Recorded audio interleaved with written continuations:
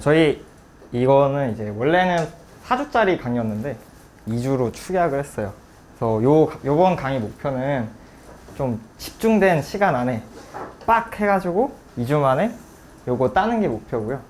요 자격증 요게 아마 생소하실 거예요. 아마 국내에 거의 안 해가지고. 근데 이게 뭐냐면은 사실 AWS라는 클라우드 서비스를 운영하는 아마존이 엄청나게 많은 자격증이 갖고 있거든요. 이게 한 13개인가? 14개쯤 있고, 또 특수 전문 자격증이라서 이거 말고도 더 있어요. 그래서, 근데 이 모든 걸 하기 위해서 이걸 먼저 따라고 합니다. 그냥 이 모든 이 자격증 중에서 무조건 요거는 일단 하고, 다음에 너가 더 다른 자격증을 조절해라 이런 식으로 나오는데, 그럼 요 클라우드 서티피케이션 자격증은 뭐냐면, 이게 파운데이션 레벨이에요. 아주 가장 기초적이고 간단한. 그리고 이게 레코멘데이션을 보면은 6 months of fundamental AWS Cloud Industry Knowledge라고 되어 있는데, 그러니까 6개월 정도의 전문 지식을 갖추고 있어야 도전하는 거를 뭐 추천한다 이렇게 되어 있습니다. 근데 제 견해로는 아무것도 몰라도 됩니다. 그 정도의 어려운 시험은 아니고요. 대신에 좀 까다로운 게 있고 외워야 될 게 조금 있다. 그래서 요거는 이제 AWS 이 모든 여기서 사용되는 서비스, 여기서 사용되는 서비스, 여기서 사용되는 서비스 이런 걸 다 다루는 수업이에요. 그러니까 개론적인 수업이라고 보시면 되고, 뭐 심리학 개론 이런 느낌으로 보시면 돼요. 실제로 사용하는 서비스에 대해서 엄청 자세히는 안 다루지만 많은 걸 넓고 얕게 다루는 수업이라고 보시면 되고, 여기서 서비스를 다 익힌 다음에 이제 그 다음 거 따시고 그 다음 거 따시고 패스를 준비하는 과정이고요. 요걸 따면 좋은 점, 요게 100불이거든요. 시험 되게 비싸죠. 이거 얼마인지 아세요? 300불이에요. 300불 따기 좀 그렇잖아요. 근데 얘를 따면은 이제 앞으로 모든 그 자격증이 반값이 되거든요. 무슨 말이냐? 제가 이걸 따고 싶어도 300불 내는 것보다 100불, 150불 내는 게 더 싸요. 그러니까 이거 꼭 따시라. 어렵진 않아요. 만약 이걸 딸 수 있는 실력이 있으면 이거는 금방 따니까 돈 아끼기 위해서라도 이렇게 따시라. 네. 그리고 이 수업에서는 이제 AWS 저희는 클라우드 프랙티셔너를 따는 게 목표고요. 따는 게 목표라는 거는 이 모든 서비스를 다 다루고 내가 어느 정도 복기를 하고 실습도 좀 하고 그래서 손에 익어가지고 시험을 문제를 푸는 게 목표고, 기본적인 IT 지식이 있으면 좋습니다. 근데 제가 말하는 IT 지식은 뭐 네트워크를 안다, 컴퓨터를 안다 이게 아니고 뭐 컨트롤 C를 할 수 있다, 복사 붙여넣기 버튼이 어디 있다 이 정도만 아시면은 크게 어려운 건 없어요. 다 배울 거니까. 그리고 AWS는 저희는 수업에서 실제로 만질 거는 한 30-40개 정도 있고요. 대신에 시험에 문제에 나오는 건 한 150개 정도 돼요. 요거는 좀 이제 저희가 하나씩 외워야 됩니다. 그리고 뭐 전공, 비전공 크게 나누지 않고, 어차피 전공이어도 모르는 내용이고 비전공이어도 모르는 내용이니까 공평하게 다 같이 모르니까 보시면 됩니다. 교재는 영어로 되어 있는데요. 혹시 뭐 영어가 조금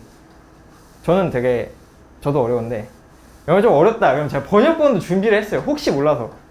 만약에 하시는데 제가 눈빛을 봐서 조금 아닌 것 같은데 싶으면은 제가 잽싸게 바꾸도록 할 테니까 너무 걱정하지 마시고요. 문제는 일단은 시험 상황에서는 문제가 영어로 제공이 되는데 문제 한국어로 나오진 않아요. 참고로. 대신에 번역 버튼이 있어요. 거기도. 그러니까 시험장에 번역을 누르면은 정말 개발세발 이상한 한국어가 나오긴 합니다. 매끄럽진 않아요. 막 대신에 어쨌든 번역을 볼 수는 있어요. 시험 상황에서도. 그러니까 저희도 약간 그런 느낌으로 막 약간 기계어 번역 느낌으로 할 거고요. 그래서 만약에 어려우면 제가 잽싸게 뛸 테니까 눈빛을 좀 전해주시면 될 것 같습니다. 그래서 일단 왜 그러냐 이러면 영어로 돼 있는데 이게 한국말이거든요. 근데 거의 영어예요. 보면 클라우드 모델 애플리케이션, 클라우드 마이그레이션, 빌드 이거 빼면은 한국말이 몇 개 없어요. 기반, 기존 뭐 이 정도? 그래서 영어로 하는 게 사실 더 어렵지만 문제 풀 때는 훨씬 더 쉽습니다. 왜냐면 이 용어 자체가 계속 헷갈려요. 한국말로 보다 보면. 그리고 글로벌 할 때 당연히 좋겠죠. 그리고 자료도 최대한 영어를 제가 간단히 한다고 했는데 안 되면은 번역을 봅시다. 그리고 제가 다 설명을 해드릴 테니까. 문제도 어렵지 않아요. 근데 어렵지 않다는 기준이 제가 토익 700점 잡았는데 저번에 이제 이걸 보시고 많은 분들이 안 좋아하셔가지고 근데 일단 넣어놨어요. 다들 700은 안 넣을 수도 있지만 그렇다고 가정을 하고 할 거고요. 안 되면 뭐 한국말 보자고요. 샘플 볼게요. 이런 식으로 출 때 돼요. 영어 자체가 그렇게 어렵진 않아요. 근데 모르는 단어가 있을 수는 있거든요. 대신에 이런 식으로 번역이 같이 제공된다는 거. 보시면은 뭐 이거나 뭐 여기랑 여기는 번역이 안 돼요, 심지어. 왜냐면 이건 고유명이거든요. 그래서 한국말이나 영어나 큰 차이 없고 둘 다 볼 수 있으니까 시험에서 뭐 내가 영어 너무 안 된다 너무 걱정하지 않으셔도 되고. 네, 그렇게 어렵진 않아요, 보면은. 근데 이제 이 서비스를 모르니까 당연히 못 고르겠죠. 네, 그래서 AWS 퀘스천들은 대부분이 아니고 전부 다 멀티플 초이스고요. 이런 유형이 많이 나옵니다. 다음 중 이런 걸 할 수 있는 서비스는 무엇인가? 다음 중 이런 걸 못하는 서비스는 어떤 것인가? 다음 중 이런 걸 하기 위해서는 어떤 서비스를 골라야 되냐? 즉, 이 서비스가 뭐고 클라우드는 어떻게 구축되고 알면은 금방 고를 수 있습니다. 요거 이제 답이 뭘까요? 그냥 감으로 한번 찍어보실래요? 뭔가 느낌은 모르겠는데 A는 아닌 것 같죠, 느낌이? 뭔가 컨피그? 뭔가 옵션 조정하고 이런 건가? 라우트? 뭐지? 길인가? 이거 뭘지 모르겠는데 되게 커넥트? 연결해 주는 것 같죠? 뭐 C나 아니면 벌추얼? 가상? 이건가? D? 답은 D예요. 네. 여기에 답이 있어요, 대부분. 그렇게 어렵지 않습니다. 대신에 이제 이런 문제가 아닌 것도 있고. 그래서 시험 문제는 총 65문제 나오고요. 70%를 통과하면 되는데, 70% 맞추면 되는데, 한 3분의 1이 이런 느낌이에요. 약간 제목에서 거의 한 반을 거르고 시작할 수 있는. 나머지 3분의 1만 맞추시면 되니까 어렵진 않습니다. 실습할 거고에 계정 만드셨으니까 너무 다행이고, 돈이 좀 청구될 수가 있어요. 청구되는 기준이 뭐냐? 그러니까 1년이 무료인데 저희가 가끔씩 실습을 하다가 끄는 걸 깜빡하실 때가 있어요. 근데 1년짜리가 무료인데 이제 1년 무료 기준이 뭐냐면은 한 달이 예를 들면 한 달 몇 시간이지? 모르겠어요. 한 달에 2,000시간 정도를 주거든요. 저희가 여러 개를 만들면 시간이 빨리 깎여요. 그러니까 PC방에서 유료 게임 돌리는 거 마냥 빨리 깎이는데 여러 개를 만들긴 할 거예요. 근데 금방 끌 거니까 상관없긴 한데 여기 만들고 까먹었어요. 그럼 한 1,000원, 2,000원 정도 나올 수는 있습니다. 그러니까 완전 무료는 아니에요. 혹시 1,000원, 2,000원은 이제 카드에 연동이 돼 있어야 된다. 한 달러로 들고 있어야 되고. 그래서 너무 걱정하지는 않아요. 비용이 나오진 않습니다, 크게. 그냥 수업 내용인데 수업은 이제 첫 번째 전반부에서는 이제 클라우드가 뭔지 아니면 IT는 뭔지 좀 개론적인 것도 다루고요. 그 다음에 이게 중요한데 4번 보시면 Identity and Access Management가 있어요. IAM이라는 건데 별거 아닌데 되게 중요해요.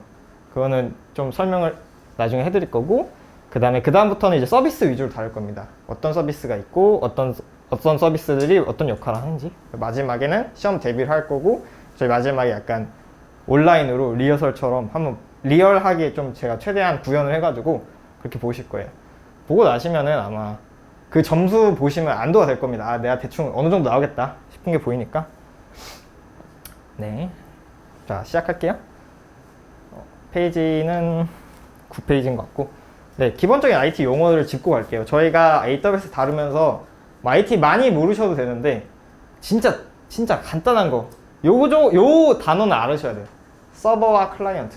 아마 이게 생소한 분들 있으실 테고 대충 아시는 분들 계실 테고, 그리고 하드웨어가 뭐가 있는지는 알아야 돼요. 뭐 CPU는 뭐고 램은 뭐고 이런 거 익숙하신 분도 있고 아닌 분도 계신데 한번 볼게요. 이 클라이언트 서버 모델이라는 걸 알으셔야 됩니다. 왜냐면은 이 모든 AWS 서비스는 다 클라이언트와 서버를 안다는 가정 하에 설명을 하고 있어요. 모든 기초 문서도 그렇고 백서도 그렇고. 그래서 모든 것을 클라이언트와 서버로 구별할 줄 알아야 돼요. 그럼 클라이언트는 뭐고 서버는 뭐냐? 클라이언트는 우리가 영어에서 클라이언트 고객이라고 하죠. 고객의 입장인데, 서버는 그럼 뭐예요? 서버 서빙 해주는 사람인데, 그건 사람의 얘기고, IT 상에서는 그럼 클라이언트와 서버는 무엇이냐? 마찬가지로 똑같아요. 클라이언트는 어떤 고객이고 서버는 뭔가를 서비스를 주는 그 사람이 서빙을 해주는 사람인데, IT 상에서는 어떤 고객이 어떤 것을 받고 서버는 어떤 것을 제공하냐, 그게 중요하거든요. 자, 클라이언트 서버 모델 간단해요. 서버가 뭔지에 따라서 다 다를 뿐 주고 받는 거 똑같습니다. 예를 들면 네이버의 클라이언트 서버 모델이다. 고객은 뭘 원하죠? 검색 결과.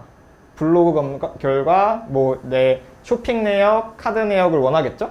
서버는, 그럼 네이버 서버는 어떤 걸 제공해 줄까요? 검색 결과를 제공해 주고, 내 돈이 얼마나 있는지, 쇼핑 포인트는 얼마인지, 메일이 뭐가 왔는지. 네, 그래서 그런 걸 뭐 하고요. 뭐 예를 들면 뭐가 있어요? Gmail이라고 합시다. 우리가 원하는 게 뭐죠? 메일을 받고, 메일을 쓰고, 고객. 서버는 뭘 해줄까요? 메일을 주는 거예요. 메일을 받고. 간단합니다. 또 뭐가 있을까요? 뭐 클라우드 서비스 중에 우리가 아는 거, 뭐 네이버 클라우드가 있다고 칠게요. 뭐 하죠? 거기서 사진을 저장하고 사진을 다운받고 업로드 하겠죠? 서버가 해주는 거, 사진을 주고 사진을 가져오고. 굉장히 간단한 모델이에요. 그래서 네, 이 클라이언트 서버 모델이라는 걸 위해서 작동하고요. 대신에 다른 건 뭐냐, 우리가 물리적으로 이런 걸 주고받는 게 아니라 인터넷, 즉 네트워크로 어떤 서비스를 주고받는 행위, 거기서 받는 사람을 클라이언트라고 하고 주는 사람을 서버라고 한다. 서버는 뭔가를 주는 쪽, 클라이언트는 뭔가를 받는 쪽. 단, 클라이언트도 줄 수는 있어요. 그러니까 주고받는 관계죠. 내가 서버한테 돈을 주면은 서비스 하는 사람이 뭐 커피를 내준다던가 음식을 내준다던가 하죠. 마찬가지로 내가 이메일 쓸 거를 던져주면은 그걸 딴 사람한테 보내준다던가, 아니면 내가 여기에 신용카드 정보를 준다면은 그걸로 결제를 해서 돌려준다던가. 주고받는 관계이긴 한데, 거기서 받는 사람을 클라이언트라고 하고, 그러니까 어떤 서비스를 요청하는 사람을 클라이언트라고 하고, 주는 사람을 서버라고 합니다. 추상적인 개념이에요. 근데 그냥 내가 아는 서비스에 대입하면 굉장히 쉬워집니다. 예를 들면 뭐 지메일 뭐 이런 거. 아마존도 마찬가지고, 거기서 아마존의 클라이언트는 항상 뭘까요? 그럼 저희입니다. 저희 사용자들. 아마존에서 우리가 클릭을 했을 때 아마존이 어떤 서비스를 쭉쭉쭉 돌려서 나한테 뭔가를 준다. 아마존은 항상 서버의 입장이에요. 그리고 AWS 상에서는 우리는 항상 고객의 입장이에요. 실제로 AWS 문제에서도 우리를 지칭할 때 고객이라고 지칭할 겁니다. 커스터머 또는 클라이언트. 그래서 우리는 고객이다. 그러니까 고객의 입장을 묻는 거는 저의 입장을 묻는 거랑 똑같다고 보시면 되고, 나머지는 서버는 아마존 역할이다 라고 보시면 될 것 같습니다. 그리고 하드웨어를 조금 알아야 돼요. 조금 알아야 되는데, 이거 아마 들어보신 분도 있을 거예요. CPU. 뭔가 되게 중요하고 컴퓨터에 두뇌 역할을 한다 라고까지는 들어보셨을 거예요. 거기까지만 아시면 돼요. 뭔가 자세하게 저희가 알진 않을 거고요. CPU는 두뇌의 역할을 한다. 어떤 걸 처리해주는 역할, 내가 연산을 하고 계산하는 역할. 두뇌가 이제 좋으면 좋을수록 계산이 빨라지겠죠. 두뇌가 이거 좀 너무 비하 발언 같은데, 잠시만. 네. 어떻게 하지? 어쨌든 이게 머리가 좋으면 좋아요. 하여간 머리가 좋으면 뭔가 문제도 잘 풀 수 있고 좋습니다. CPU라고 할 거고, 이 아마존에서는 컴퓨팅 파워 또는 컴퓨트라고도 할 거예요. 그러니까 이게 어차피 센트럴 프로세싱 유닛인데 C가 똑같으니까, 뭔가 예를 들면 아마존에서 이런 식으로 물어볼 수 있겠죠. 다음 중 컴퓨팅 능력이 가장 뛰어난 서비스는 무엇인가? 라는 걸 물으면은 번역을 해보면, 다음 중 CPU가 제일 좋은 게 어떤 것인가? 라고 생각을 하시면 돼요. 즉 CPU와 컴퓨트, 계산 능력과 CPU는 동일시하다. 높으면 높을수록 좋다 라고 생각하시면 되고요. 램은 메모리라는 애로 지칭이 될 거예요. 마찬가지로 다음 중 메모리가 높은 애가 무엇이냐, 램이 높은 애가 무엇이냐 라는 걸 물어보는데, 램은 단기 기억 장치고 스토리지는 장기 기억 장치인데, 두 차이점을 말씀드릴게요. 둘 다 저장을 하는 건 똑같아요. 저장을 하는 건 똑같은데, 얘는 단기 기억이고 얘는 장기 기억이에요. 우리가 전화번호를 누군가 불러줘요. 010 땡땡땡땡땡땡땡. 금방 까먹는 사람도 있겠죠? 수첩에 적는 사람도 있을 거고요. 수첩에 적으면은 장기예요. 내가 보관을 했다 꺼냈을 수 있는 건데, 얘는 머릿속에 계속 들고 있어야 되죠. 까먹는 순간 다시 가져올 수가 없어요. 머릿속에서 잊어버렸으니까. 똑같아요. 얘는 전원이 끊기면은 날아갑니다. 그러니까 내가 머릿속에 계속 들고 있는 거예요. 010 땡땡땡땡땡땡땡. 얘는 내가 썼다는 사실만 기억하면은 나중에 그거 책 열어서 볼 수 있겠죠? 그 정도의 차이가 있는데, 조금 더 예시를 들자면, 제가 귀여운 다람쥐 사진을 갖고 왔는데 흑백 반전을 하니까 굉장히 괴상하네요. 자, 우리가 컴퓨터의 역할을 다람쥐라고 볼게요. 다람쥐가 해야 될 게 뭐냐면, 다람쥐는 이제 겨울에 뭐죠? 도토리를 많이 저장하죠. 도토리. 자, 도토리를 저장하는 능력을 비유하자면 CPU는 어디에 해당되냐? 도토리를 빨리 먹는 속도예요. 빨리 먹는. 내가 도토리를 한 번에 몇 개씩 먹을 수 있냐? 막 와다다다 먹어요. 그러면은 도토리 연산 능력이 되게 뛰어난 거겠죠? 내가 소화를 되게 빨리 합니다. 도토리를 입에 넣는 순간 그냥 소화가 돼요. CPU가 굉장히 좋으면 소화가 빨리 되고.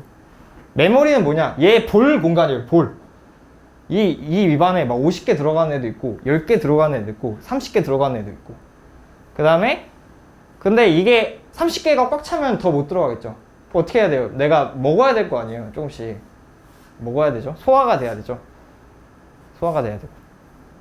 그래서 전체적인 그림을 보러 보자면 그 CPU는 이제 내가 얼마나 빨리 소화를 할 수 있냐, 처리를 하는 능력이고, 램은 그걸 몇 개를 들고 있을 수 있냐. 그리고 스토리지는 그럼 뭐예요? 얘 도토리 창고. 내가 한 번에 먹을 수 있는 거와 별개로 얘 집에 뭐 수천 개, 수만 개 쌓여 있을 수 있죠. 뭐 이게 좋은 비유인지 모르겠지만 가져왔고요. 여기에 대해서는 이제 계속 수업을 하면서 조금씩 짚어갈 테니까요. 이것만 기억해 주시면 돼요. 컴퓨팅이 CPU다. 나머지는 저장 공간이다. 요거 제일 중요합니다. 그래서 그러면은 우리가 컴퓨팅은 계산 능력이라고 했는데 클라우드 컴퓨팅은 무엇일까요? 왜 쓸까요? 를 배워볼게요. 클라우드를 다 구름으로 알고 계시는 분이 많아요. 근데 실제로 구름이니까. 근데 구름이 계산을 하는 건 좀 이상하잖아요. 구름이 그럼 어떻게 진짜 이루어져 있냐? 원래 이제 클라우드 컴퓨팅 전에는 온프레미스 컴퓨팅이라서, 프레미스는 내 땅이란 뜻이에요. 내 영역. 그래서 온프레미스, 내 땅에서 컴퓨팅을 한 거예요.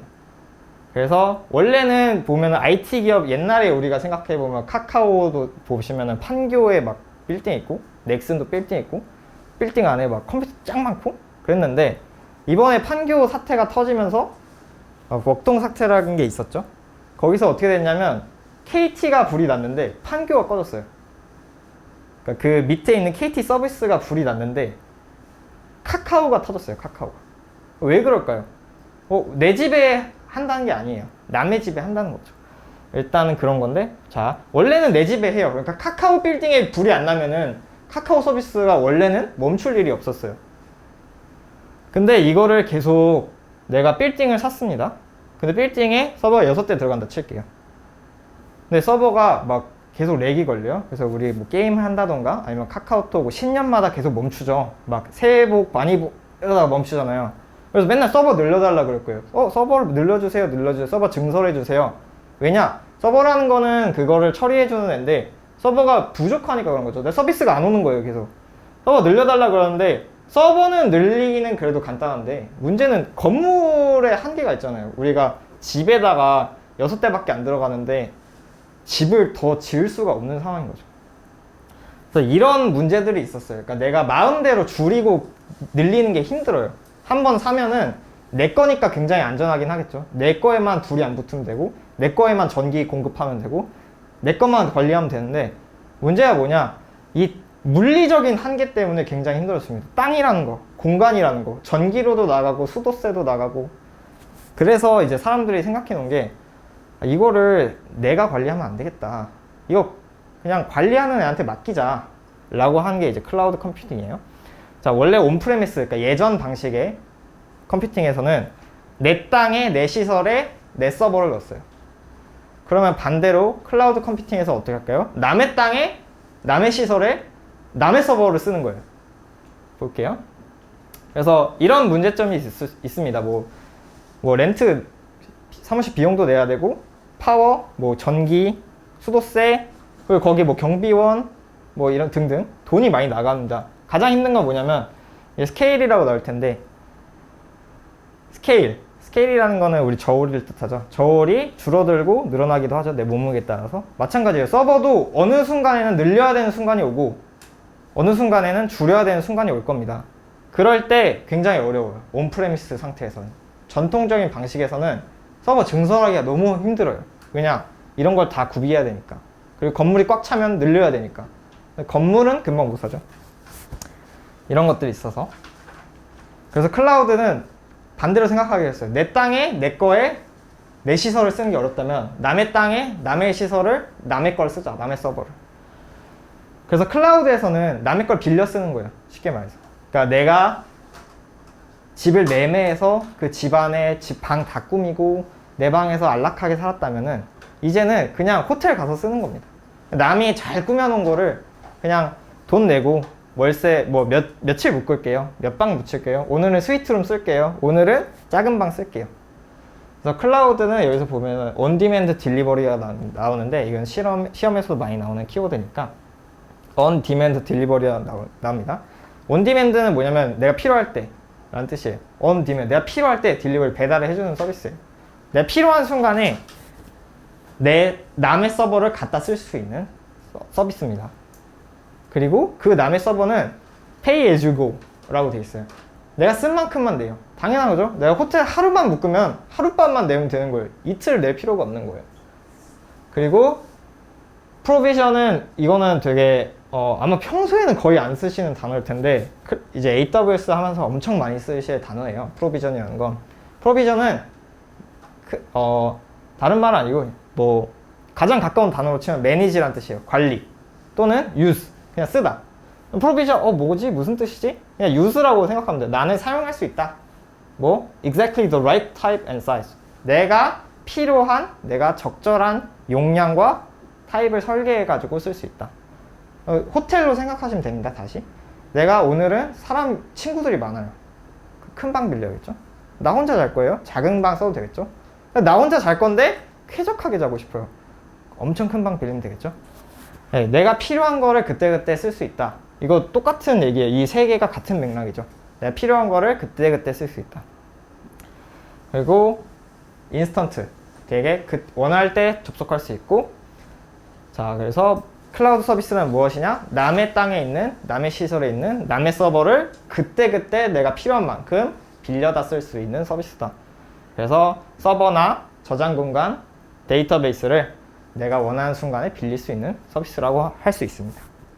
그래서 네, 항상 클라우드 컴퓨팅 생각할 때 저는 호텔이라고 생각해요. 내가 내 건 아무것도 없지만 돈을 내는 순간 그 모든 시설을 내가 누릴 수 있잖아요. 내가 원하는 만큼. 그 개념을 이제 적용해서 이 문제를 풀 수 있습니다. 클라우드 컴퓨팅이란 무엇이냐 라고 물어봤을 때 그 호텔 개념을 상상을 할게요. 나는 내 건 아무것도 없어요. 나는 진짜 그냥 무소유예요. 나는 너무 짐도 없고 너무 편해요. 근데 내가 원하는 순간이 있으니까 그때 빌려서 쓸 겁니다. 그런 개념을 대입해 보면 1. Backing of files that are stored on desktop and mobile device to prevent data loss. 보시면은 내가 파일을 백업을 할 거예요. 파일을 어디는가 저장을 할 건데 어디? 데스크톱과 모바일 디바이스, 내 컴퓨터와 폰에 있는 파일을 백업을 할 겁니다. 그래서 뭐지? 뭔지 모르겠는데 호텔과는 연관이 없는 것 같아요. 뭔가 빌린다는 내용이 없잖아요. 내가 원하는 순간에. 일단 1번은 아니에요. 그래서 2번 보시면 Deploy Application Connected to On-Premise Infrastructure 라고 나오는데 디플로이가 뭔지는 아직 잘 모를 수 있어요. 배포라는 뜻인데 뭔지 모르겠어요. 뭔지 모르니까 디플로이라는 단어를 한번 빼고 보고 애플리케이션 이건 알죠? 저희 휴대폰 앱 Connected to 어디? On-Premise Infrastructure. On-Premise가 뭐라고 했죠? 전통적인 방식이라고 했고 내 시설이라고 했죠. 내가 원하는 거는 호텔이죠. 남의 시설을 쓰고 싶은 거예요. 2번도 아니고. 3번 Running code without needing to manage or provision servers. 내가 코드를 실행할 건데 without 필요 없는 거고 뭐죠? manage or provision server. 내가 서버를 관리하지 않고도 실행할 수 있게 하는 거. 이게 가장 여태까지는 가까운 것 같죠. 내가 그냥 남의 거 쓰니까 내가 관리할 필요 없다고 했잖아요. 호텔을 내가 청소할 필요가 없죠. 4번 On-demand delivery of IT resources and applications through the internet with pay-as-you-go pricing. 이게 제일 여태까지 본 단어가 다 한 번에 짬뽕돼 있죠. 가장 원하는 순간에 바로 IT 리소스를 내가 pay-as-you-go 쓴 만큼 쓴다. 그래서 이 클라우드 컴퓨팅에 관련된 키워드가 가장 많이 나온 걸 골라주시면 보통 맞고요. 그것도 잘 기억이 안 난다. 그러면 호텔에 계속 대입을 해보세요. 한번. 내가 뭔가 내 걸 써야 된다. 아니면 뭐 온프레미스라는 단어가 나온다. 일단은 클라우드 컴퓨팅이랑 먼 거니까. 제가 생각해도 영어가 되게 많네요. 한국말로 볼까요? 좀 이따? 오케이. 일단 그럽시다. 그래서 클라우드 컴퓨팅을 쓰는데 굉장히 많아요. 여러분이 아시는 뭐 넷플릭스도 있을 테고 모르시는 서비스도 있을 텐데 제가 일단 아는 것만 넣어놨거든요. 그래서 다 클라우드 써요. 클라우드를 쓰는 이유는 간단해요. 얘네들도 자기 거 관리하기가 싫어요. 이런 걸 해주는 업체가 있으면 좋은 거예요. 네. 근데 이제 트위터는 반대로 가고 있죠. 청소도 남이 해줘. 청소도 자기가 하고 있죠. 그래서 어쨌든 이거는 그래서 제가 한국말로 넣어놨어요. 너무 많은 것 같아서. 자, 클라우드 컴퓨팅의 6가지 장점입니다. 요거는 이제 시험에 굉장히 자주 등장하는 겁니다. 그러니까 시험 문제가 65문제라면 그 중에 10%는 무조건 여기서 출제되게 돼 있어요. 어쩔 수가 없어요. 그렇게 배정이 돼 있어요. 그러니까 클라우드 컴퓨팅이라는 데에서 15% 정도가 나오게 돼 있는데 그러면 벌써 한 10문제 정도 되는데 클라우드 컴퓨팅에서 물어볼 문제가 많지 않아요. 이게 끝났거든요. 이거 하면 끝이에요. 클라우드 컴퓨팅에 관한 문제가. 그러니까 여기서 반은 나오겠죠. 그거 중에. 그러니까 요 슬라이드가 제일 중요합니다. 요 슬라이드만 알면은 일단 5문제는 먹고 가는 거예요. 클라우드 컴퓨팅에 문제가 나오면은 이 요거를 한번 그러니까 호텔 플러스 요 6개 요 정도만 아시면 10문제는 풀 수 있고 볼게요. 자본 비용을 가변 비용으로 대체라 되어 있는데 일단 이거를 한번 캐펙스를 오펙스로 바꾼다 되어 있을 거예요. 캐피털 자본 비용이라는 거고 오퍼레이션 가변 비용이라는 건데 컴퓨팅 리소스를 사용할 때만 요금을 내고 사용한 양에서만 지불할 수 있다는 내용이에요. 무슨 말이냐면 자본 비용은 캐피털이잖아요. 내가 자본이라는 거 보통 얘기할 때 뭐 돈도 자본이지만 부동산, 집, 뭐 자동차, 회사, 자산 이런 걸 다 자본이라고 하는데 원래는 우리가 컴퓨팅을 할 때 다 부동산을 사고 그 위에 서버 올리고 전기 공급하고 사람 넣고 이게 다 자본이죠. 이런 걸 없이 가변 비용 그때그때 발생하는 비용 처리를 할 수 있다는 거고 이게 되게 컴퓨팅의 가장 큰 장점이죠.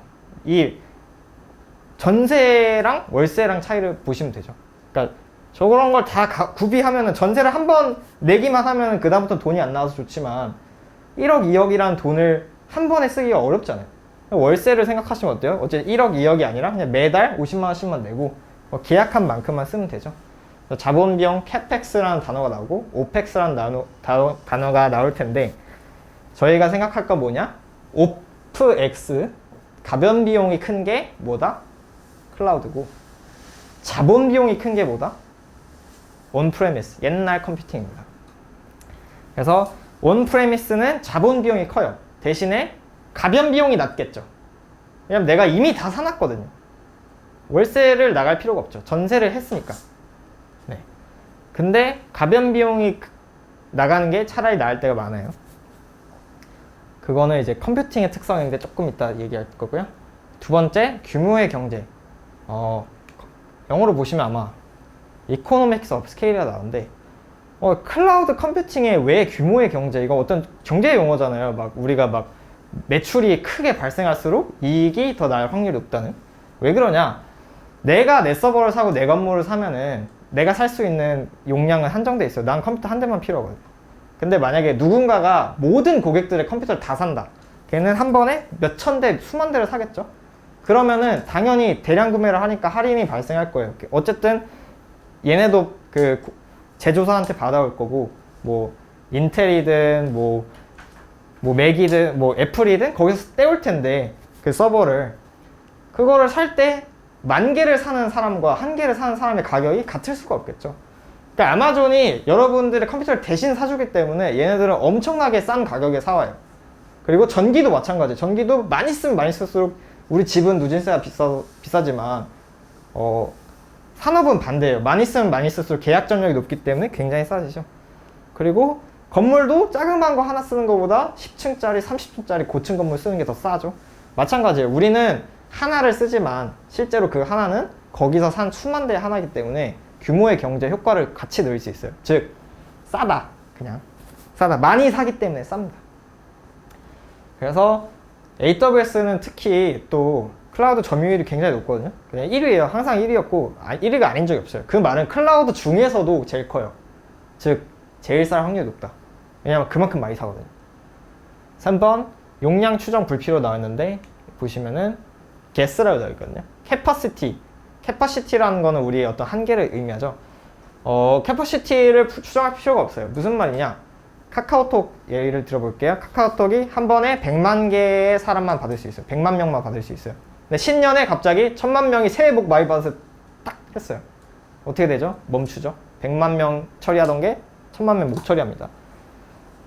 근데 이게 만약에 클라우드 쓴다 그럼 내가 그때 빌릴 수가 있잖아요. 그럼 신년에만 1000만 명짜리 방을 빌리는 거예요. 신년에만. 1년 중에 365일 하루만 돈 많이 내면 되겠죠. 근데 그게 아니다. 내가 산다. 그러면은 1년 365일 1000만 명을 다 대비하고 있는 상태예요. 돈이 364일 동안 깨지는 겁니다. 그래서 용량 추정 불필요. 필요할 때만 내가 쓰면 되기 때문에 내가 굳이 막 이걸 몇 명이 들어올까 그렇게 크게 고민 안 해도 돼요. 어차피 그때 들어오면 늘리면 되고 안 오면 줄이면 돼요. 왜냐면 수업이 제가 하는데 오늘 5명 왔어요? 뭐야 4명 왔어요? 그럼 2줄만 쓰면 되고 많이 왔어요. 그러면은 더 추가하면 되는데 강의실 이거 말고도 많거든요. 근데 오늘 몇 명 올지 모르는데 제가 강의실 자그만 거밖에 없어요. 그럼 많이 왔어요. 그러면 이제 큰일 나는 거죠. 그러니까 그때그때 많이 갖고 올 수 있기 때문에 추정이 불필요하고요. 속도 및 민첩성 향상이라 나왔는데 이게 번역이 되게 이상해요. 저도 알아요. 근데 제가 번역한 거 아니에요. 그 공식 문서에 있는 거예요. 자, 속도란 거는 당연히 아실 거예요. 속도. 실제로 어떤 걸 하는 속도인데 여기서 말하는 속도는 우리가 서비스, 클라우드 서비스를 만들 때, 그러니까 애플리케이션을 우리가 만들 때 만드는 속도를 의미해요. 여기서 민첩성도 그렇고, 그러니까 뭐 동영상을 보는 속도 이게 아니고 유튜브란 사이트를 만드는 데 걸리는 속도를 의미하는데 내가 살 필요가 없기 때문에 전세 계약이랑 호텔 예약이랑 뭐가 더 빨라요? 호텔이 빠르죠. 그거 생각하시면 돼요. 왜냐면 그냥 그때 딱 살 수 있잖아요. 근데 내가 큰 돈을 안 들이니까 1억, 2억의 자본 비용이 안 들어가기 때문에 빠릅니다. 그리고 호텔에 갔어요. 취소하려고 그러면 이거랑 전세 계약 취소하는 거랑 다르죠. 리스크가 다르죠. 완전.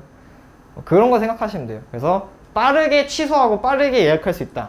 그래서 속도와 민첩성이 빠르다. 그때그때 바꿀 수 있다. 5번 이거는 굉장히 당연한 거라고 봅니다. 저희가 살 필요가 없어요. 제가 관리를 할 필요도 없고 이게 은근히 회사 다니시는 분은 알 텐데 이게 있는 데도 있고 없는 데도 있는데 저희는 있거든요. 저희 회사에 데이터 센터가 있는데 진짜 귀찮아요. 이게 뭐 학원에서 저희 CCTV 꺼지기만 해도 내가 나와서 켜야 되는 건데 그거랑 이제 컴퓨터 수백 대가 있는데 꺼지는 거랑은 그 확률이 다르거든요. 꺼졌다. 누군가 나와서 켜줘야 돼요. 결국에 얼마나 귀찮은지. 근데 이거 안 해도 된다는 게 정말 좋은 거고 우리 회사도 좀 클라우드 썼으면 좋겠다. 어쨌든 클라우드도 있긴 해요.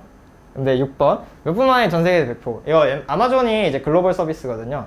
그래서 우리가 미국에 있는 사람과 통화할 때는 미국에서 하는 게 품질이 좋겠죠. 한국에 있는 사람은 한국에서 통화하는 게 품질이 좋죠. 마찬가지예요. 미국에 있는 어떤 사람의 서비스를 주고 싶다. 미국에서 서비스를 하는 게 낫고 한국에 있을 때는 한국에서 하는 게 나은데 만약에 전 세계 글로벌 서비스가 아니고 한국 서비스다. 예를 들면 KT 클라우드예요. 갑자기 미국 사람과 통화할 일이 생기면 당연히 아마존보단 느릴 겁니다. 왜냐면 미국에 서버가 없으니까. 그래서 아마존은 글로벌 서비스니까 몇 분 만에 쓸 수 있다. 이 정도. 이 6개인데 요 6개랑 아까 클라우드 컴퓨팅, 호텔 그거만 아시면은 진짜 다 할 수 있어요. 여기서 나오는 문제들은 다 할 수 있고 캐펙스, 오펙스는 아까 다룬 내용인데 크게 생각하시지 마시고 클라우드는 자본이 좀 덜 들어가는 월세다. 그 우리가 아는 온프레미스는 자본이 많이 들어가는 대신에 월세는 안 나가는 자본 비용이 큰 애다. 그러니까 전세다 라고 생각하시면 될 것 같습니다. 한번 여기 있는 퀴즈가 있는데 한번 봅시다. 이게 안 되겠습니다. 제가 번역본을 키겠습니다. 자, 네, 요걸로 갑시다. 자, 요 문제를 한번 풀어볼게요. 네, 이렇게 생겼고요. 아마 보시면은 뭐 여기서 비용 관련된 게 나온 게 사실 가격이 낮아집니다. 요거밖에 없긴 해요. 네, 이게 실제 공식 문제예요. 어렵지 않죠? 네. 클라우드 컴퓨팅의 규모가 비용 절감에 어떻게 도움이 됩니까? 뭔지 모르겠는데 일단 가격이 낮아진대요. 나머지는 가격에 관한 내용이 별로 없죠. A 빼고 A-. 네.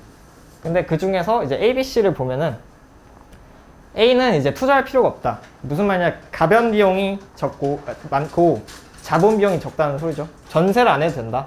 근데 일단 그거랑 비용 절감이랑은 크게 연관이 있는 건 아니죠. 규모라는 단어가 나와야 되니까. B, 다수의 고객으로부터 집계된 클라우드 사용량, 종량제가 낮아집니다. 다수의 고객이 한 번에 같이 나눠 쓰기 때문에 이게 싸집니다. 그래서 B고, C도 맞긴 해요. 사실 비용을 줄이는 데 도움이 된 거 맞는데 규모랑은 관련이 없는 내용이라. 클라우드에서 이제 뭐 유연성, 비용 효율성, 확장성 이런 게 나오는데 이렇게 영어로 나올 거예요. 여러분 책들에. 저 영어로 볼게요. 영어 편에서. 아니다. 이걸 제가 띄워드려야 보는구나. 오케이. 다시. 네. 유연성이라는 단어가 나오고 비용 효율성, 확장성, 탄력성, 고가용성 및 내결함성, 민첩성이라는 단어가 나오는데 클라우드의 특성을 얘기하는 거고요. 여기서도 문제가 한 5문제 나온다고 보면 돼요. 아까 클라우드에서 10문제가 나온다고 그랬는데 5문제는 아까 장점. 클라우드 왜 쓰냐? 쓰면 뭐가 좋냐?에 나온다면 반대로 5문제는 클라우드를 쓰면은 어떻게 써야 되냐? 뭐 때문에 쓰는 거냐? 그러니까 이유를 물어보는 문제는 이겁니다. 뭐 클라우드 쓰는 이유는 유연성 때문이다. 클라우드 쓰는 이유는 확장성 때문이다. 다음 중 클라우드의 확장성에 해당한 내용은 이런 식으로. 그래서 아까 반반씩 나오니까 이 슬라이드도 굉장히 중요합니다. 자, 그래서 먼저 유연성부터 볼게요. 플렉시빌리티라고 나와 있을 거고 가장 유연성이라는 거 보면 내가 유연하게 대처할 수 있다는 건데 이 유연하게 대처하는 상황이 어떤 상황이냐? 사용자가 얼마일지 모르는 상황. 사용자가 얼마인지 모르는 상황. 내 고객이 몇 명인지 모르는 상황. 내 고객이 누구인지 모르는 상황. 그럴 때 필요할 때 뭐 작은 방 쓰다가 큰 방 옮겨가면 되고 그런 걸 말하는 거예요. 이 유연성이라는 거. 이 유연하다는 대처는 고객이 누구인지 모르고 내가 원하는 게 얼마인지 모를 때를 얘기하는 거예요. 그래서 그때 내가 유연하게 대처할 수 있다. 왜? 월세니까. 그때그때 방 바꿀 수 있잖아요. 두 번째, 비용 효율성이고요. 비용 효율성은 거의 뭐 문제로 안 나올 거예요. 너무 당연해요. 그냥 쓴 만큼 낸다. 그럼 그 말은 반대로 우리가 원래 클라우드 컴퓨팅이 없던 때에는 안 써도 낸다는 소리죠. 왜 안 써도 되죠? 전셋집 다시 생각해 보세요. 내가 1년에 6개월을 비워놔도 돈은 계속 나가요. 근데 호텔을 한다. 6개월 비우면 6개월만 예약하면 되죠. 네. 그래서 사용한 만큼 지금 요거는 아마 문제를 크게 안 나올 겁니다. 나와도 너무 간단해요. 내는 만큼 낸다. 네. 그리고 세 번째, 확장성. 확장성은 뭔가 유연성과 비슷하면서도 되게 달라요. 확장성이라는 거는 말 그대로 이게 영어로 보면 스케일러빌리티라고 나올 텐데 스케일은 저울이잖아요. 저울은 늘렸다 줄일 수 있는데 확장성과 유연성을 아마 비교하는 문제도 나올 거예요. 뭐가 다르냐? 얘도 뭔가 바꿀 수 있는 것 같고 얘도 뭔가 바꿀 수 있는 거잖아요. 뭐 더 강력하게 만들고 더 줄일 수도 있는 거고. 근데 확장성은 더 크게 수용할 수 있는 능력인데 유연성을 뭐가 다르냐면 유연은 늘리고 줄이는 거에 초점이 있다면 확장은 말 그대로 진짜 크게 늘릴 수 있냐라는 거예요. 예를 들면은 제가 강의실이 있는데 확장성이라는 게 뭐냐? 호텔로 생각해 볼게요. 호텔에 가장 큰 방이 10명이 들어가요. 그러면은 근데 적은 방은 1명 들어가요. 그럼 1명에서 10명 사이에 늘리고 줄일 수 있죠. 그건 상관없어요. 근데 내가 15명이에요. 확장성이 있을까요? 없을까요? 없죠. 거기는 확장이 더 이상 안 되는 거예요. 확장성 말 그대로 진짜 크게 늘릴 수 있냐 없냐요. 그러니까 가능한지 안 가능한지. 그러니까 줄이고 유연하게 대처하고 당연히 확장성에 큰 그 범주겠죠. 근데 확장성은 진짜 그걸 물어보는 거예요. 여기서 더 커질 수 있냐. 네, 그렇게 했을 때 없으면 확장성이 없다라고 보고 있고요.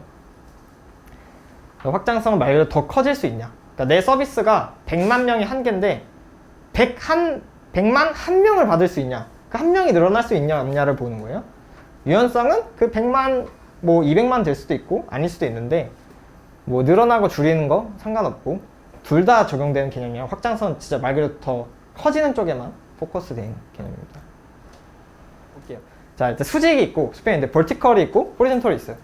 자, 버티컬에서는 버티컬과 호리존털 이 그림을 그려서 제가 일부러 했어요. 자, 맥미니가 있고 자, 맥미니를 이렇게 늘리면 뭐가 되죠? 맥 프로가 되죠. 일단 그냥 그렇다고 해주세요. 네, 그리고 맥미니가 2개가 되면은 이렇게 옆으로 늘어나죠. 네, 그러면은 수평적 확장이 되는 거예요. 자, 그럼 무슨 말이냐? 수직적 확장은 그 건물을 생각하시면 되는데 1층짜리 건물이 10층짜리가 된 거예요. 즉 건물의 사이즈를 계속 키워가지고 수용 능력을 올리는 거예요. 컴퓨팅 파워를 늘리던가 아니면은 저장 공간을 늘린다던가 메모리를 크게 엄청 업그레이드 해가지고 이것 한 대 자체를 되게 파워풀하게 만들어서 확장을 하는 개념을 수직, 그러니까 맥을 늘려서 엄청 큰 타워 맥이 된 거예요. 수평은 뭐냐? 맥을 여러 대를 쓰는 거예요. 그러니까 1층짜리 건물, 꼬마 건물 10개랑 10층짜리 건물 하나 이렇게 생각하시면 되고, 수직 확장과 수평 확장이 있는데 업이라고도 하고 얘를 아웃이라고도 해요. 그러니까 아웃, 뭔가 넓게 펼치고, 업, 그냥 말 그대로 수직이죠. 자, 그럼 한번 퀴즈를 낼게요. 이 둘 중에 우리가 뭐가 더 좋을까요? 그냥 선택을 해야 돼요. 여러분들이 뭔가 문제에 나왔어. 다음 중 수직 확장을 해야 되냐, 수평 확장을 해야 되냐 문제에 나왔어요. 여태까지 배운 걸 생각해봐서 뭐가 나을 것 같아요? 수평. 왜죠? 이유가 있을 거 아니에요. 뭔가 이렇게 결정을 하게 된 계기가. 네. 그쵸? 이게 뭔가 분산 처리를 할 수 있는, 병렬적인 사고를 할 수 있는 거고, 그것도 맞는데 아마 가장 큰 예시는 뭐냐면, 볼게요. 자, 10개를 늘렸어요. 그러니까 10개로 늘렸다고 생각해 볼게요. 여기는 10층짜리고, 근데 갑자기 어느 날 내 사업이 안 돼서 5층만 써야 돼요. 돌이킬 수가 없어요. 이 건물 10층짜리를 반으로 쪼갤 수가 없잖아요. 얘는 근데 5개를 안 쓸 수도 있잖아요. 그러니까 뭐 건물이 뭐 개념 비교하기는 대상이 그렇지만, 그러니까 클라우드는 뭐냐면, 우리가 클라우드를 할 때 유연성 그리고 확장성을 생각하라고 했는데 이거는 한계가 있어요. 그러니까 잠실 타워는 102층이 끝이잖아요. 부르즈 칼리파를 지을 거 아니면 이보다 더 많이 수용을 못 한단 말이에요. 이건 확장성이라는 개념, 또 유연성이라는 개념에서도 수직 확장은 그렇게 좋은 생각이 아닌 거예요. 요거에 대비해서. 그냥 얘는 끝없이 늘리면은 끝없이 늘어날 수도 있고 끝없이 줄일 수도 있고, 얘는 한계가 있죠. 늘릴 수 있는 한계가 있단 말이에요. 근데 뭐 꼭 그런 건 아니긴 해요. 근데 대부분 상황에서 그렇고. 그럼 이걸 쓰는 상황은 어떤 거냐? 클라우드 상황에서 말 그대로 이 두 개가 처리하지 못하는 일을 하나로 할 수 있을 때 어떤 상황이냐? 뭐 게임으로 생각해 볼게요. 제가 배틀그라운드 돌려야 되는데 이거는 렉이 걸려요? 컴퓨터 5대 있다고 배틀그라운드 잘 돌아가는 거 아니거든요. 그쵸? 근데 얘는 잘 돌아가겠죠. 되게 좋은 컴퓨터니까. 그러니까 이거에 뭔가 물리적인 한계가 있을 때는 수직적 확장 한계 맞아요. 그러니까 이거 여러 대로 해결이 안 될 때, 무조건 하나를 늘려야 될 때, 그거 빼고는 앞으로 문제에서 여러분들 물어볼 때는 대부분 거의 다 수평 확장입니다. 왜냐? 유연성 그리고 탄력성. 잘 찍으셨어요. 잘 찍었어요. 이 정도 찍을 줄 알면은 문제 다 풀 수 있다. 네, 탄력. 탄력은 아까 이제 확장에 약간 반대 느낌이긴 한데, 탄력은 줄일 수 있는 내용까지 포함이 돼요. 탄력성은. 그래서 탄력은 내가 10층짜리 건물을 지었을 때 5층만 쓸 수 있냐, 그런 걸 물어보는 거예요. 그러니까 늘린 거를 다시 줄일 수가 있냐. 확장을 했어요. 확장을 한 걸 다시 줄일 수 있냐. 줄일 수 못하는 케이스가 많겠죠. 보통은 우리가 호텔 스위트룸 예약했는데 호텔은 되겠구나. 어쨌든 그러니까 줄일 수 있는 상황에서 줄일 수 있냐, 유연하게 대처할 수 있냐를 물어보는 거고, 그때 탄력성이 높다고 합니다. 그러니까 고무줄처럼 쭉쭉 늘어났다 줄였다. 근데 중요한 거 뭐냐? 그걸 줄일 수가 있냐. 확장성이랑 좀 다른 개념은 줄일 수가 있냐. 줄일 수 있다는 단어가 들어가면 탄력성인 거죠.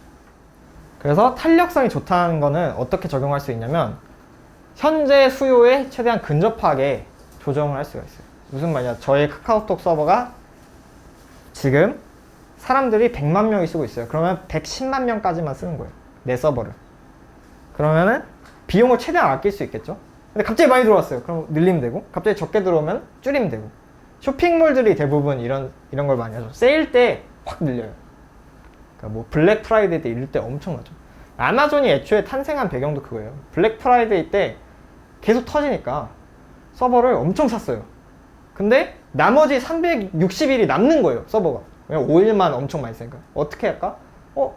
이거 나머지 기간엔 남들한테 팔아볼까?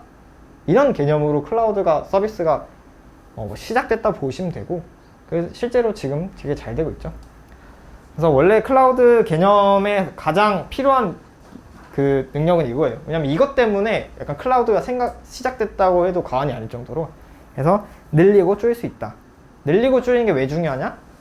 그 딱 수요에 맞게만 쓰면은 제일 저렴하고 제일 가격 대비 성능이 좋고 효율적이거든요. 효율. 확장성과 탄력성이 뭐가 다르냐, 이렇게 그림 하나로 정리할 수가 있죠. 탄력은 줄이고 늘리는 게 다 포함되고, 확장은 늘리는 거에 포커스가 돼 있다. 늘릴 수 있다, 확장성이 있다고 보는 거고요. 대신에 줄일 수도 있다, 탄력성도 있다고 보는 거예요. 그러니까 이게 더 큰 개념이에요. 그래서 퀴즈, 그러니까 여러분들이 아마 시험 문제를 볼 때는 뭔가 리듀스, 줄인다, 디크리스 이런 게 나온다. 그러면 뭘까요? 일레스티티예요. 왜냐하면 줄인다는 내용이 포함됐다는 순간 탄력적인 거고. 근데 그게 아니라 뭔가 그냥 늘린다는 것만 나온다. 그러면 요거 확장성. 그리고 뭔가 현재 수요에 맞춰서 뭔가 한다. 수요에 맞춰서 최대한 근접하게 한다. 이거.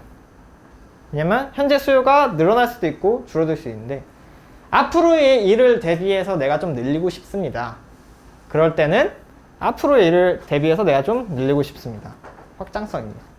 그래서 요거 그림 되게 중요합니다. 요거 두 개를 물어보는 문제가 나올 수도 있어요. 네, 유효성이라 되어 있는데 가용성이고요. 가용성은 그 서비스가 유지되는 시간이에요. 말 그대로 내가 호텔을 하루를 썼는데, 만약에 호텔을 일주일 썼어요. 근데 일주일 중에 그래도 하루에 한 번씩은 클리닝을 와서 클리닝을 해야 된대요. 그럼 내가 24시간 중에 23시간 하고 30분만 쓸 수 있는 거죠, 사실은. 왜냐면 30분 비워줘야 되니까, 호텔을 다 즐기려면. 마찬가지예요. 이게 잘 안 보이는데, 여러분 책들은 나올 것 같거든요. 나오죠? 네. 그러니까 전체 시간 중에 내가 쓸 수 있는 시간이 몇 %냐 라는 뜻이고, 가용성이 당연히 높으면 좋고요. 아마존은 가용성이 한 99.999%인데 거의 모든 시간이 켜져 있어요. 그러니까 아마존이 다운되는 경우는 거의 없습니다. 돼도 한 몇 초면은 복구가 되겠죠. 1년 중에 한 1분도 안 꺼져 있어요. 한 2분인가? 그러니까 거의 생각할 필요는 없고, 이 가용성이라는 거는 되게 중요해요. 가용성이 클라우드를 쓰면 중요하고, 클라우드가 아니더라도 카카오톡 터지면 안 되잖아요. 가용성이 낮은 거죠, 걔네들은. 네. 그래서 정상적인 상황에서 운영 상태를 유지하는 시간을 의미하고, 클라우드든 아니면은 그냥 모든 서비스든 고가용성을 목표로 합니다. 당연히 이거를 가용성이 안 되는 순간 고객은 엄청난 불편을 느껴요. 왜냐면 안 되니까. 그래서 고가용성 목표로 하고요. 이게 높으면 높을수록 좋습니다. 결함 허용이 내결함성이라는 뜻인데, fault, tolerance 이렇게 돼 있을 거예요, 아마. 맞죠? 네. 그래서 자, 내결함성은 뭐냐면 장애가 발생했을 때도 계속 쓸 수 있냐 없냐예요. 자, 그럼 고가용성이랑 결함 허용이 조금 비슷한 느낌인 거죠. 이거는 장애가 발생하면 안 된다라는 뜻이고, 장애 발생한 시간이 적어야 된다. 얘는 장애가 발생해도 쓸 수는 있어야 된다 라는 뜻이에요. 아니면 복구를 빨리 해야 된다. 네. 그래서 둘 다 비슷한 맥락인데, 결국에 고가용한 서비스는 결함 허용이 굉장히 높을 수 있어요. 근데 뭐가 다르냐, 이 두 개가 뭐가 다르냐면, 제일 다른 건 뭐냐면, 고가용성은 가동 중지 시간이 굉장히 짧다는 걸 의미해요. 그러니까 내가 쓸 수 없는 시간이 거의 내가 느끼지 못할 정도로 적다. 그러니까 예를 들면 네이버가 1초 동안 셧다운 돼도 우리는 못 느낄 거예요. 1초 정도는. 그냥 렉인가? 근데 내결함성, fault tolerance는 뭐냐? 이게 실행되게 느낄 수 없는 수준이 아니라 진짜 없어야 돼요. 그러니까 얘는 내가 잠깐 새로 고치면 돼, 잠깐 안 뜨고 다시 복구가 되는 걸 의미한다면, 얘는 그것조차도 내가 몰라야 돼요. 그러니까 가용 중단 시간이 0인 상태를 의미해요. 그러니까 fault tolerance란 말은 중단 시간이 0, 얘는 0.0001, 그러니까 조금이라도 있다, 아예 없다, 요 차이. 그러니까 둘 다 어차피 내결함성이 있으면은 내가 못 느끼죠. 아예 없죠. 0이죠. 그럼 당연히 엄청 고가용이겠죠. 100%니까 가용성이 100%인 상태. 네. 그래서 요거 두 개가 좀 다른데, 왜 그러냐? 내결함성, 즉 fault tolerant 시스템은 비용이 엄청 많이 들어요. 키워드가 뭐냐? 중복이에요, 중복. 왜냐면 하나가 안 됐어요. 내가 빨리 와가지고 CCTV 딱 키면 여러분들 잘 모르겠죠. 잠깐 전기 나왔는데, 제가 저기 두꺼비 집 있거든요. 1초 만에 켰어요. 그럼 잠깐 불편하고 말겠죠. 근데 그게 아니고 전기가 여기서만 들어오는 게 아니고 여기 태양광 발전지가 있는 거예요. 꺼지자마자 이게 도는 거예요. 여러분 아예 못 느끼겠죠. 그 차이예요. 무슨 말이냐? 중복이 필요해. 뭔가 그걸 대신해 줄 수 있는 서비스가 필요해요. 그래서 돈이 되게 많이 듭니다. 여기서 알 수 있는 거? 그럼 카카오톡은 터졌을 때 이게 있었다 없었다? 없었다. 네. 그러니까 그 건물 안에 다 서버가 있거든요. 그 건물 터지면 답이 없는 거예요. 그래서 복구가 안 된 거예요. 라고 이제 뭐 흔히 말하는 전문가들이 얘기하고 있는 건데 사실 걔네도 있긴 해요. 있는데 그게 다 터질지 몰랐던 거죠. 예. 그래서 좀 아는 척 할 수 있다. 이제 뭔가 통신 장애 일어난다. 그럼 리소스 중복을 좀 안 했나 보네. 그렇게 가용성이 낮은 시스템을 운영해야 되는 것인가? 카카오는 반성해라. 라고 얘기할 수 있는 게 이런 클라우드에 대한 개념 이런 게 높으면 좋고 그런 걸 안 하기 위해서는 중복을 해야 된다. 라는 거를 추후에 배울 겁니다. 그래서 고가용성과 내결함성 사실 거의 비슷한 내용이에요. 다른 게 뭐냐? 얘는 0.001, 얘는 0. 그 차이 정도만 아시면 문제 푸는 데는 지장이 없으실 겁니다.